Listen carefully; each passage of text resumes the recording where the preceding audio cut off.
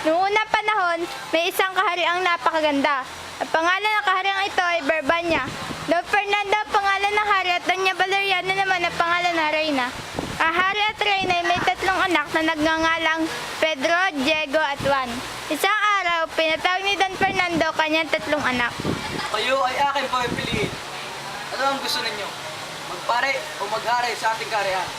Minamahal namin, Ama. Gusto namin ay makaman ang ating kaharian. Kung gayon, kayo ay aking sasanay sa paghawak ng batas.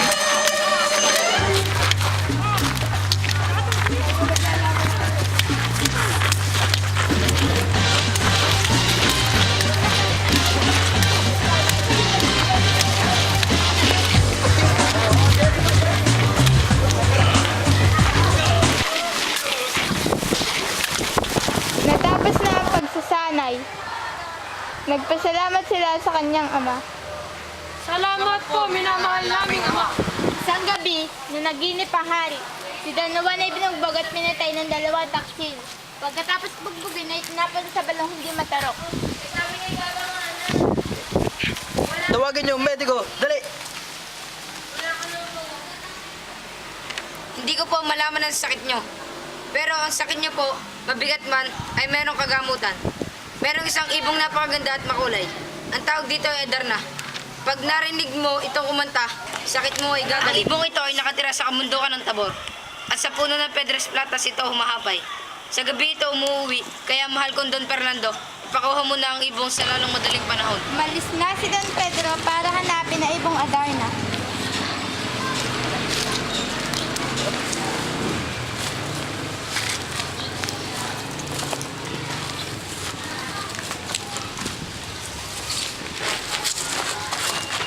Namatay ang kapahin ni Don Pedro. Wala nang magagawa si Don Pedro kaya naglakad na lamang.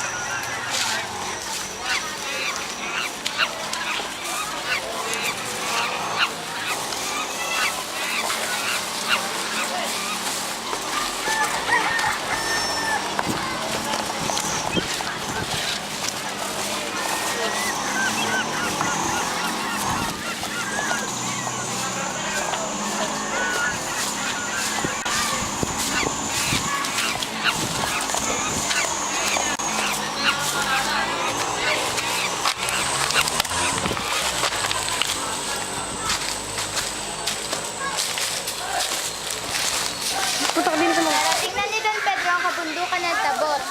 Napagod si Don Pedro kaya naghanap siya na mapagpapahingahan. Nakita niya ang isang puno maganda at kumikinang.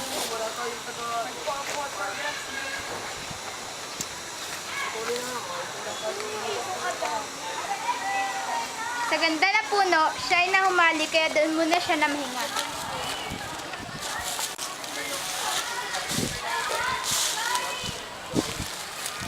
Habang siya nagpapahinga, biglang pumasok sa isip niya na baka dito nakatira ang ibong Adarna.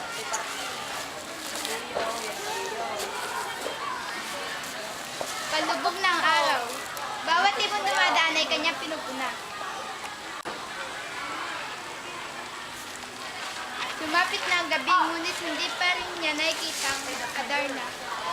Malungkot si Don Pedro at nainip, kaya't nilarapat niya siya ay matulog na lamang.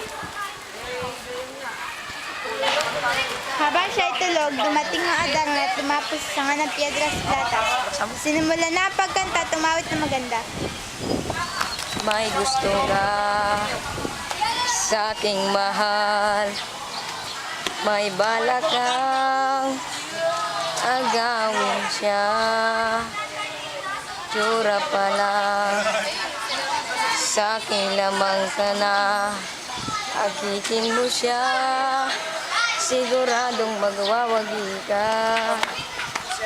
Bawat kanta ng Adarna ay nalalabas na isang kulay ng buntot. Lalong pinatamis ang kanta ng Adarna. 7 kanta at 7 kulay ng buntot din ang nilabas ito. Pagkatapos niya kumatay, nagbawas siya bago matulog. Sa kasamaang palad ay napatakan si Don Pedro at biglang naging batang buhay. Hindi pagdating ni Don Pedro, nag-alala ang Berbanya. Inutusan ng hari si Don Diego para hanapin ang kanyang kapatid at pati na rin ang Adarna.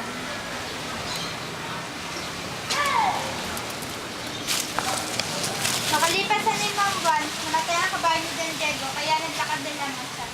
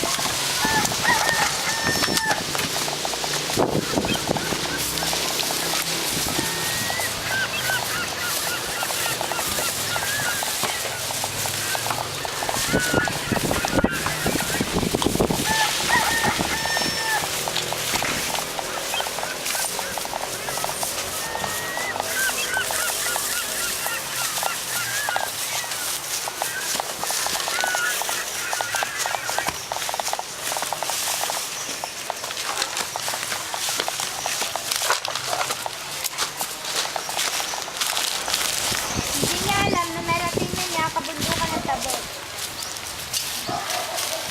Nakita niya puno ng piedras platas na ang mga dahot sangay kumikintab.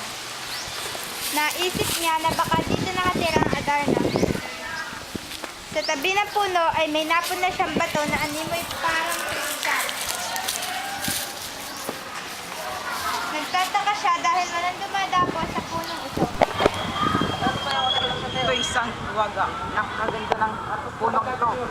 Ngunit bakit walang nadapong ibon? Hindi ako alas dito hanggang di ko nakikita ang Adarna. Lumapit na ang gabi at namahinga si Don Diego sa puno ng Piedras Platas.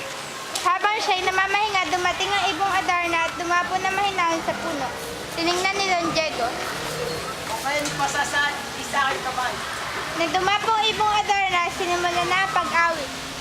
Hindi kita iiwan, hindi pa ba bayaan?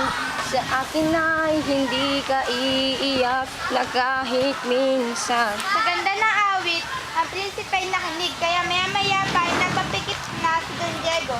Pagkatapos umawit ay nagbawas ang Adarna. Don Diego na nasa tapat ay napatakan. Tulad din ni Don Pedro, siya ay naging batong buhay. Nainip ang Berbanya sa kahintay at si Haring Fernando ay nag-alala. Lalong lumubha ang karamdaman ng hari. Nagpasya si Don Juan na magpaalam sa kanyang ama para hanapin ang dalawang kapatid at ang Adarna. Minamahal kong ama, ako po inyong pahintulutan na maghanap ng gamot para sa inyong sakit, kasama na ang aking 2 kapatid. 3 taon na po silang hindi bumabalik. Ako po'y nag-aalala na baka ang sakit niyo po ay Gusto kong anak, kung ikaw'y mawawalay sa akin, ay lalo ko'y Oo, kakamatay. ama kong minamahal. Hindi ko matitiis na ikaw ay nakaratay. Kaya kung ako po hindi niyo papayagan, ako po ay aalis na lang. Hindi gumamit ng kabayo si Don Juan.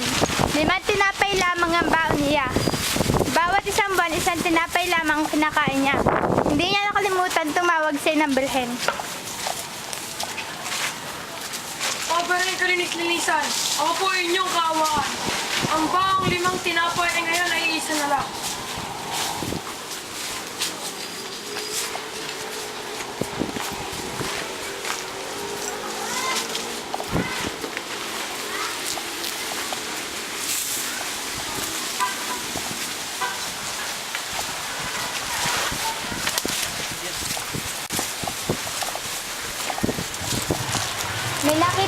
matandang leproso, sugatan at nakakaawa, halos gumapang na matanda sa lupa.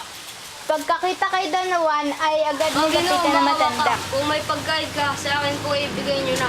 Parang awan nyo na po. May isa pa po ako tinapay. Ano po ba ang inyong pakay? Ang mga po ay may sakit na ang tanging gamot lang ay ang awit ng ibang Adarna.